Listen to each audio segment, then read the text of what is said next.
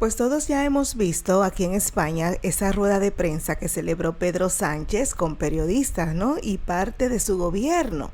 Las intenciones del presidente del gobierno era, bueno, pues antes de irse de vacaciones, 20 días de vacaciones que parece que se va a tomar, pues era irse un poco con un lavado de cara, ¿no? Luego de esa presentación ante el juez Peinado, esa demanda también que le ha colocado al juez, que no irá para ningún lado, por cierto, y bueno, Sánchez quería darse un baño con sus lacayos, que son esos periodistas que ya todos sabemos están al servicio del gobierno de Sánchez. Pero dos periodistas en el día de ayer se salieron del guión y le hicieron preguntas de periodistas al presidente del gobierno, Pedro Sánchez. Preguntas incómodas, no solamente para Sánchez, también para esos periodistas que están afines al poder, que las caras eran un poema mientras escuchaban la pregunta de uno de ellos, específicamente la pregunta que le hizo el periodista Fernando Garea. ¿Y quién es Fernando Garea? Bueno, pues es un periodista que cubre económicas aquí en España, pero también era director de la agencia EFE antes de llegar Pedro Sánchez a controlar la agencia EFE.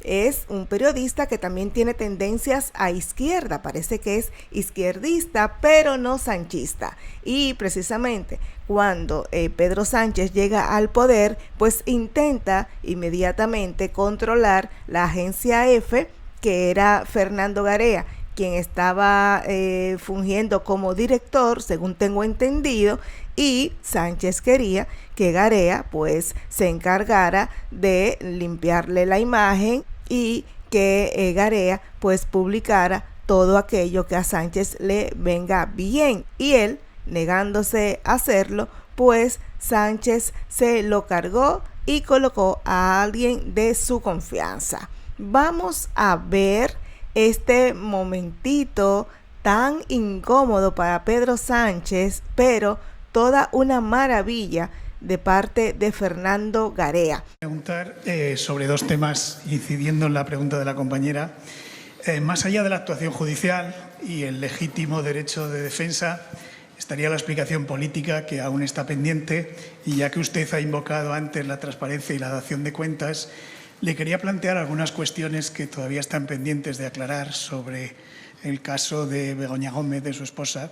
Por ejemplo, si tuvo conocimiento de las reuniones de su esposa en Moncloa, si usted participó en alguna y si tuvo conocimiento de las llamadas cartas de interés que se habían presentado.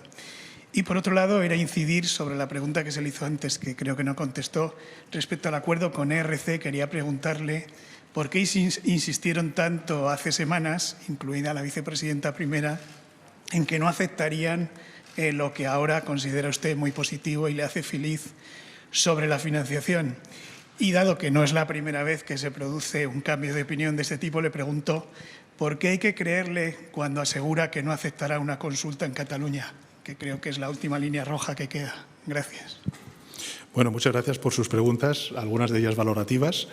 Yo respondo.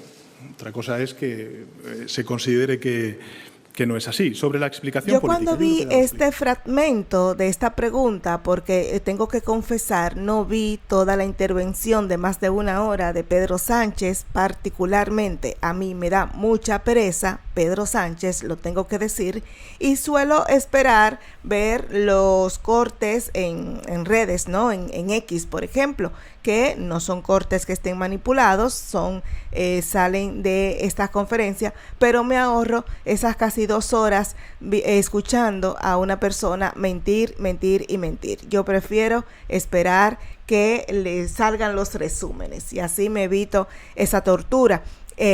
Como pueden ver ustedes, pues Pedro Sánchez no respondió a nada. No es nada nuevo, el presidente del gobierno, esa es su línea de siempre, no responder absolutamente nada y tomar a todo el mundo por tonto, que es lo que le viene bien a Sánchez. Al final, presidente, ¿no tiene usted la impresión de que sus tratos con los independentistas están tapando gravemente o están tapando mucho los éxitos económicos que pueda tener este Gobierno. ¿Por qué no convoca elecciones generales en lugar de aceptar los chantajes constantes del independentismo? Al final, la opinión pública española, o por lo menos mi impresión es que usted no negocia, sino que se rinde. Muchas gracias. Bueno, muchas gracias también por su pregunta. Más que una pregunta, una valoración, ¿no? Pero me permite también recoger el guante y hacer algunas reflexiones. La primera, ¿por qué no convoco o no convoco? Bueno, o la opinión pública, en fin, yo no estoy aquí por otra cosa, sino porque los representantes legítimos de los ciudadanos han votado en las Cortes Generales la presidencia del Gobierno y este Gobierno de coalición progresista. Por tanto, esto de la opinión pública, a lo mejor es más la opinión publicada.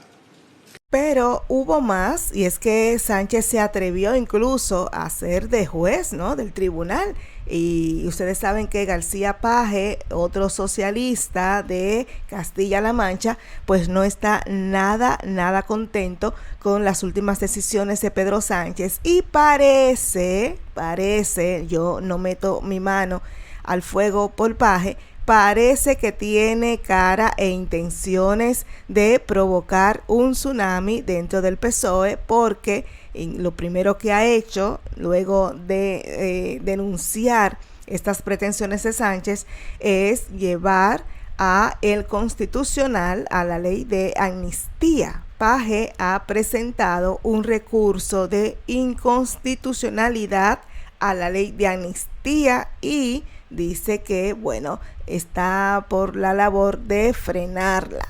Me parece a mí a estas alturas un poco extraño que esa sea la jugada de García Page, pero ya Pedro Sánchez ha sentenciado que no saldrá adelante. O sea, Pedro Sánchez ya nos está diciendo a todos que como él controla el Tribunal Constitucional, igual que controla la Fiscalía, pues que esto no va para ningún lado. Ese es Pedro Sánchez, el peligro que hay en España con este presidente del gobierno que se aferra como ninguno al poder, y pese a que su mujer está siendo investigada por muchos presuntos delitos, su hermano también es otra ficha que está siendo investigada por todos los casos de corrupción que le rodean. El propio gobierno de Sánchez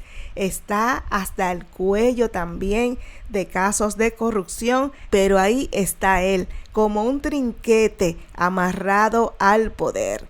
A ver, puede ser incluso que en los próximos días la situación del presidente cambie para mal para él, y a ver si pronto pues asume la responsabilidad y el hombre dimite, sobre todo porque según el periodista Vito Quiles en una exclusiva que ha dado, pues anunció que el juez Peinado volverá a citar a declarar a Pedro Sánchez como testigo por los presuntos delitos de su esposa, y se prevé que pueda incluso salir imputado el presidente del gobierno. Fuentes muy cercanas al magistrado confirmaron que la situación se ha convertido en insostenible dentro de su núcleo de confianza, sobre todo tras la querella presentada por Pedro Sánchez, cuyo único fin es desacreditar a un juez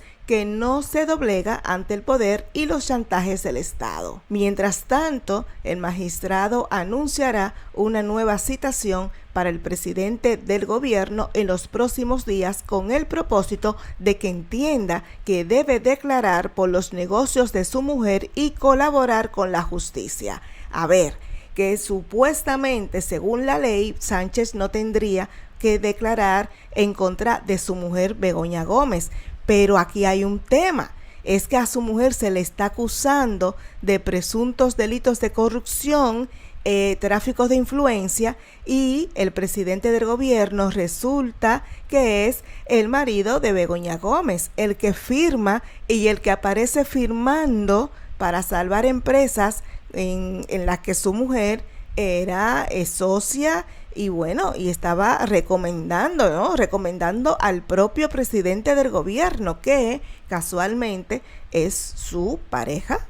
Entonces, bueno, vamos a ver, porque Sánchez tiene pinta de que sí, de que de hecho no es un caso Begoña, es un caso Moncloa. Ahí dentro, en esas 4 paredes, pues se realizaron reuniones con empresarios para darles prebendas, ¿no? Y que salieran luego con millones de euros bajo el brazo. Y es evidente que eso no se puede hacer sin la complicidad del presidente del gobierno. Aquí no somos tontos ningunos, aunque hay gente que sí, que quiere pasar por tonto, pero aquí no lo somos. O sea, que ciertamente para que Begoña Gómez haya podido lograr cada uno de estos objetivos, debió contar con la persona del presidente del gobierno. Aquí hay caso, aunque ellos insistan que no lo hay. Y de hecho, ese silencio de meses, de semanas, de días, eso de ir ante el juez y no querer declarar, eso dice mucho de estas dos personas. Dice mucho de que aquí hay una situación muy grave en la presidencia de gobierno y de Pedro Sánchez.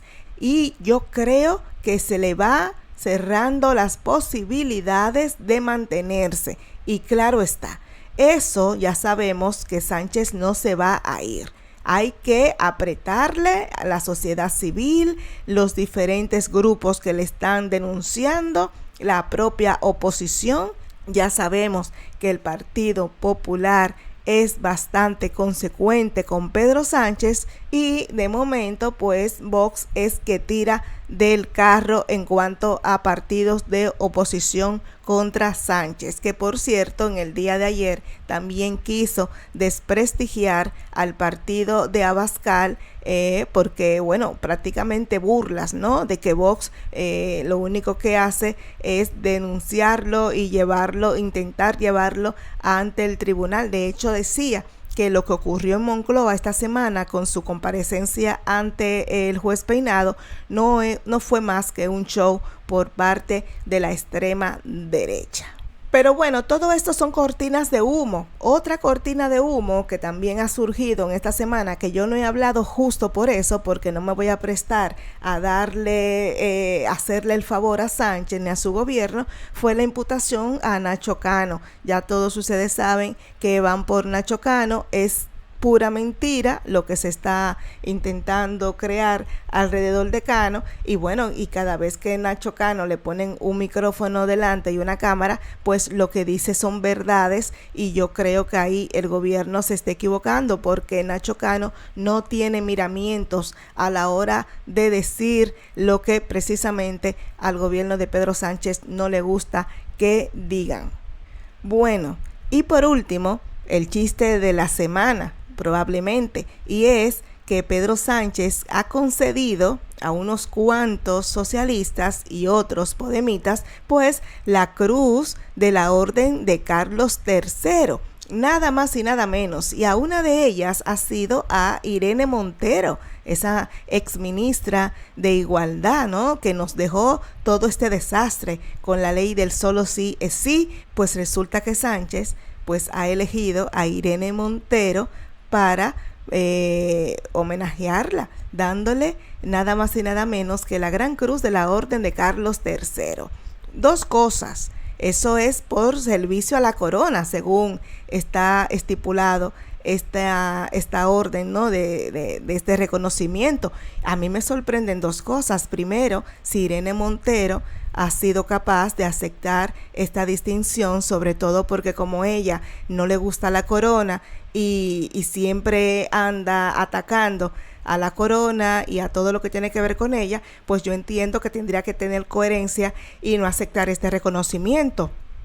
Y lo segundo, y es por donde me inclino bastante, es que claro, Pedro Sánchez lo que está buscando provocar en todos nosotros que hablemos de esto, primero porque el grado de rechazo que le tiene una gran parte de la sociedad española a Irene Montero, pues lo conocemos todo, y el presidente está intentando desviar la atención y utiliza a la persona que provoca mayor rechazo, como digo, en el gobierno de España y en el anterior gobierno, porque ya ustedes saben que el propio Pedro Sánchez mandó al carajo a Irene Montero y la dejó sin ministerio, no la quería en su gobierno, no la aguantaba más en su gobierno, pero ahora como le viene bien una cortina de humo con Irene Montero, pues viene y le encaqueta la cruz de la Orden de Carlos III por su servicio a la corona.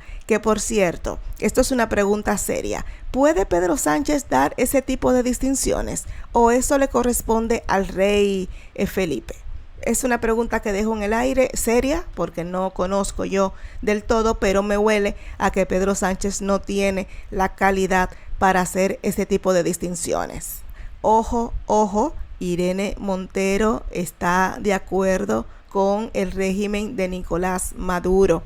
Ya saltaron en el día de ayer tarde reculando tanto Unidas Podemos, Izquierda Unida, Más Madrid, han reculado pidiendo que Maduro pues presente las actas que confirmen su victoria. Pero anteriormente Irene Montero colgó un tuit diciendo que había que respetar los resultados que daban a Maduro supuestamente como vencedor de las elecciones en Venezuela. Que nadie olvide que esta tía es una traidora. Feliz resto del día.